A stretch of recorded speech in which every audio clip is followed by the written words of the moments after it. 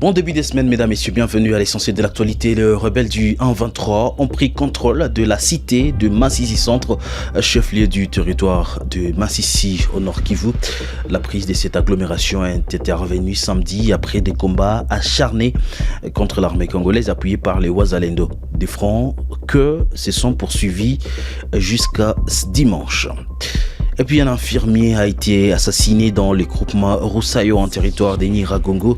Les auteurs sont des hommes armés non identifiés. Jusque-là, rapporte la société civile dans cette partie de la province du Nord Kivu. C'est tout pour les sommaires de l'essentiel de l'actualité de ce lundi. Vous voulez voyager et être à la ligne avec nous sur l'actualité à l'est de la République démocratique du Congo et vous êtes nouveau sur la chaîne, n'oubliez pas surtout de vous abonner.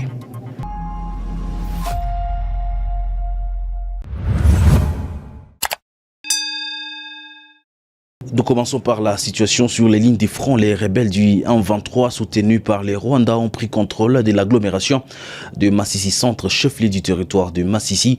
La prise de cette cité est intervenue après de violents combats avec les éléments FARDC appuyés par les Wazalendo aux alentours de cette cité en province du Nord Kivu. Des détails avec Gershom Mohamed. La prise de cette cité est intervenue le samedi 4 janvier dernier. Selon la société civile locale, c'est dans l'après-midi que les rebelles ont d'abord délogé les forces armées congolaises au niveau des Louchébert et Kaongolé, des collines qui donnent accès rapide au chef-lieu du territoire. Des détonations d'armes lourdes et légères d'une forte densité ont poussé la population à fuir leur village. Les forces loyalistes et les Wazalendo auraient fait un repli pour éviter des combats dans une zone densément peuplée. Certains habitats se sont enfermés dans leurs maisons, alors que d'autres ont trouvé refuge à l'hôpital général de référence de Massissi. Ces mêmes sources affirment que les rebelles sont maintenant visibles dans les positions jadis de l'armée et au bureau administratif du territoire de Massissi. Des sources locales à Kiev Morning Post ont par ailleurs affirmé que les rebelles ont organisé un mini-meeting dans les centres de Massissi, appelant la population à regagner leurs ménages et villages. Plusieurs boutiques, magasins, pharmacies, voire de maisons d'habitation ont été pillées lors de combats. Depuis mercredi dernier, les rebelles du M23 ont multiplié des attaques simultanées contre les positions de FARDC appuyées par les Wazalendo dans différents secteurs, chefferies et localités, avant de chuter par les chefs-lieux du territoire de Massissi. Jeudi, ils avaient déjà réussi à prendre la localité de Katale, dernier verrou pour atteindre Massissi Centre. La prise des Massissi Centre inquiète au plus haut niveau. Alexis Baunga, député provincial élu du territoire de Massissi, celui-ci demande au gouvernement congolais d'entreprendre de nouvelles mesures pour doter l'armée de capacités nécessaires afin de récupérer les zones sous contrôle du 1-23. Je propose ici de les suivre. C'est avec consternation que nous apprenons la prise de Massissi Centre, chef-lieu du territoire de Massissi, par les insurgés du M23, après s'être emparés aussi de la localité de Louchébert. Ceci plonge le territoire dans une catastrophe humanitaire extrêmement grave, car la population a dégarni tous ces villages et toutes ces cités, et elle a pris plusieurs destinations. Voilà pourquoi nous demandons au gouvernement congolais d'envisager des mesures holistiques visant le renforcement des capacités logistiques et opérationnelles de nos forces républicaines, en l'occurrence les FARDC, mais aussi des mesures visant la restauration de l'État sur l'ensemble du territoire national. La prise de Massissi par le M23 risque d'augurer ou de susciter de nouvelles visions ou de nouveaux appétits vers Walikale. Et une fois arrivé à Walikale, malheureusement, cela risque de créer une nouvelle réflexion dans les têtes de ces insurgés et malheureusement nous risquons de revivre la situation de 1998. Nous tenons donc à alerter le gouvernement congolais pour que celui-ci mette en tout cas des moyens nécessaires pour bouter dehors les M23 qui risquent encore de replonger la RDC dans un chaos noir. Des combats entre les rebelles du 1-23 soutenus par les Rwandais et les FARDC appuyés par les Wazalendo se sont poursuivis hier dimanche dans plusieurs villages du groupement Mufunishanga en territoire de Massissi. Ces affrontements ont provoqué un déplacement des populations.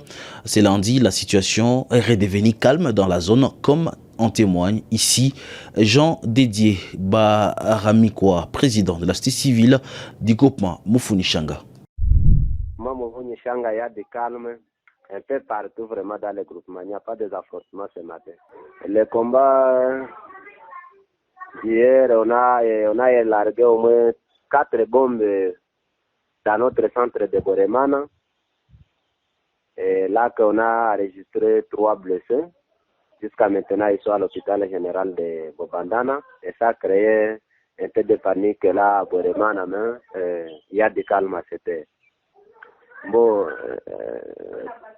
hier, pendant dans les heures au moins de 17 heures comme ça, bon, il y avait quelques populations qui ont jugé bon de quitter d'abord les milieux pour se déplacer à Minova. Mais là, on peut dire qu'au moins c'est 2% de la population qui était à Boremana. Mais ils commencent maintenant encore à rejoindre leur domicile ce matin puisqu'il n'y a pas de affrontement encore.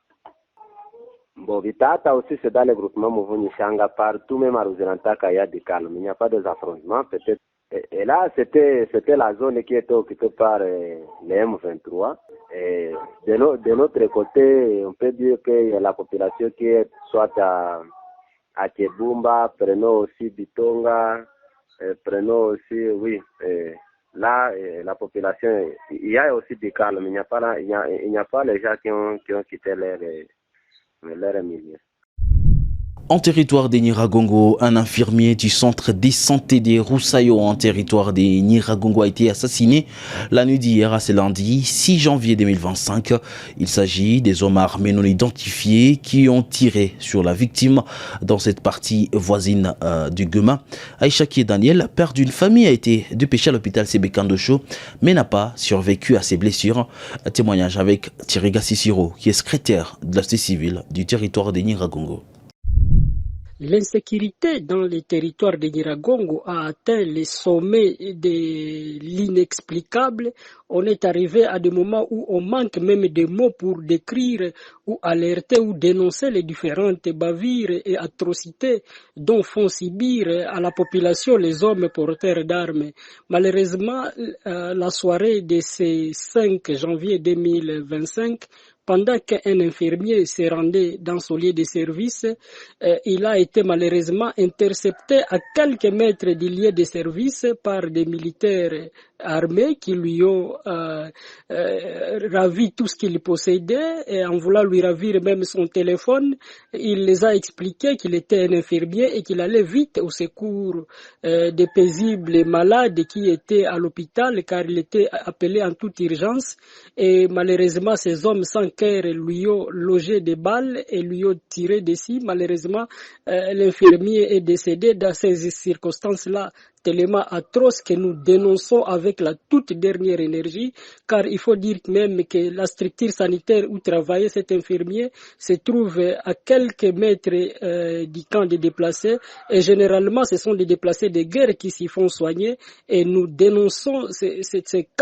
énièmes cas d'insécurité dans les territoires de Nyiragongo où actuellement on assiste à une confusion totale dans les hommes armés. On ne sait plus distinguer qui est militaire FRDC, qui est Muzalendo, qui est bandit, car les armes circulent de manière intempestive et incontrôlée. Généralement, même des bandits en profitent. Ils se camouflent parfois en uniforme FRDC, parfois en uniforme de Wazalendo, et ils commettent des bavures et on ne sait pas dire exactement l'identité ou l'unité ou ces bandits, ou ce sont des militaires, ou ce sont des Wazalendo. Donc c'est compliqué dans le territoire de Nyiragongo, d'où nous lançons ici un appel à toutes les autorités, surtout militaires, de mettre de l'ordre au sein de leurs troupes, d'éloigner tous ces militaires de la population et d'aller les concentrer sur les différentes lignes de front.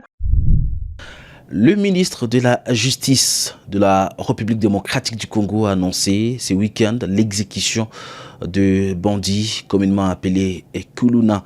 Constant Mutamba l'a dit dimanche 5 janvier 2025 à Kinshasa lors du transfert d'une dizaine de Kuluna, en majorité âgés de 18 à 35 ans, voleurs armés et bandits urbains, vers la prison des Angenga dans la province de l'Équateur. Constant Mutamba. Allez, vous ça la prière, Mbangou, monsieur. Mbangou, vous vendez déjà au Sambela. Vous qui n'est pas en exécution. Allez, vous vendez aussi un pardon, Mbangou. Vous un pardon.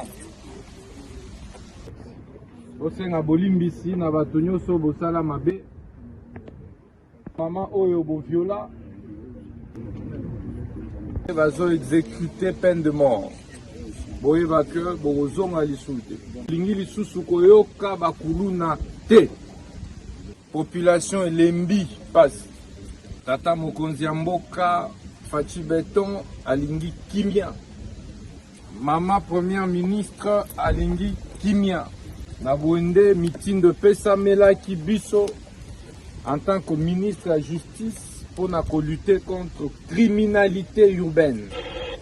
Oyeba ete nautaki ko actualiser circulaire aux ali ko lever moratoire et à peine de mort et exécution à peine de mort na mboka na biso. Aux ali kuluna ba condamné yo na peine de mort boy ba été ba ko exécuter yo soki bakangi yo kuluna batio na disposition ya justice ye ba été ba ko exécuter yo. Oezali troisième vague ya bakuluna oyo tozotinda na ba prison ya haute sécurité.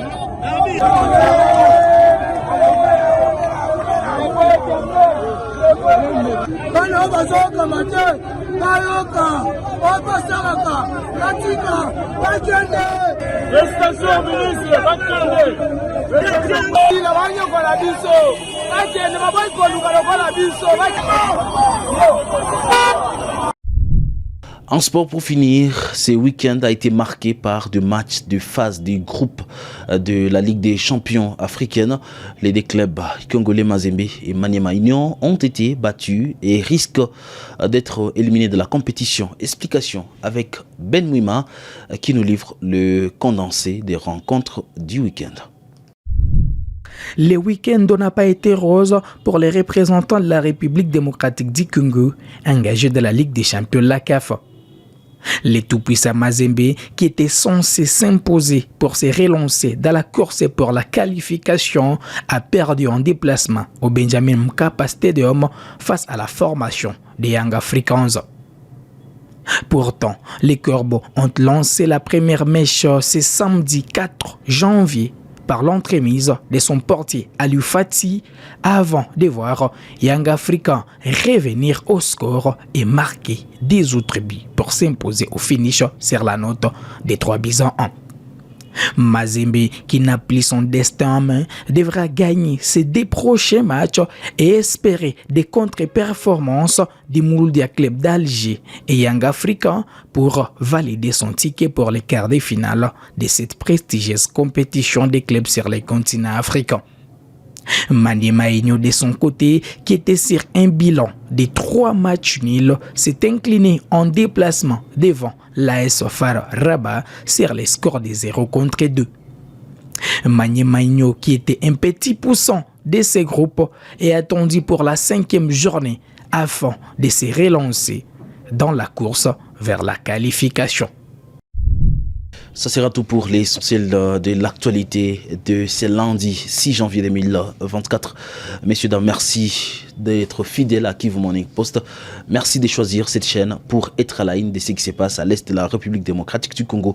Je vous retrouve pour un autre numéro de l'actualité du jour. Portez-vous bien.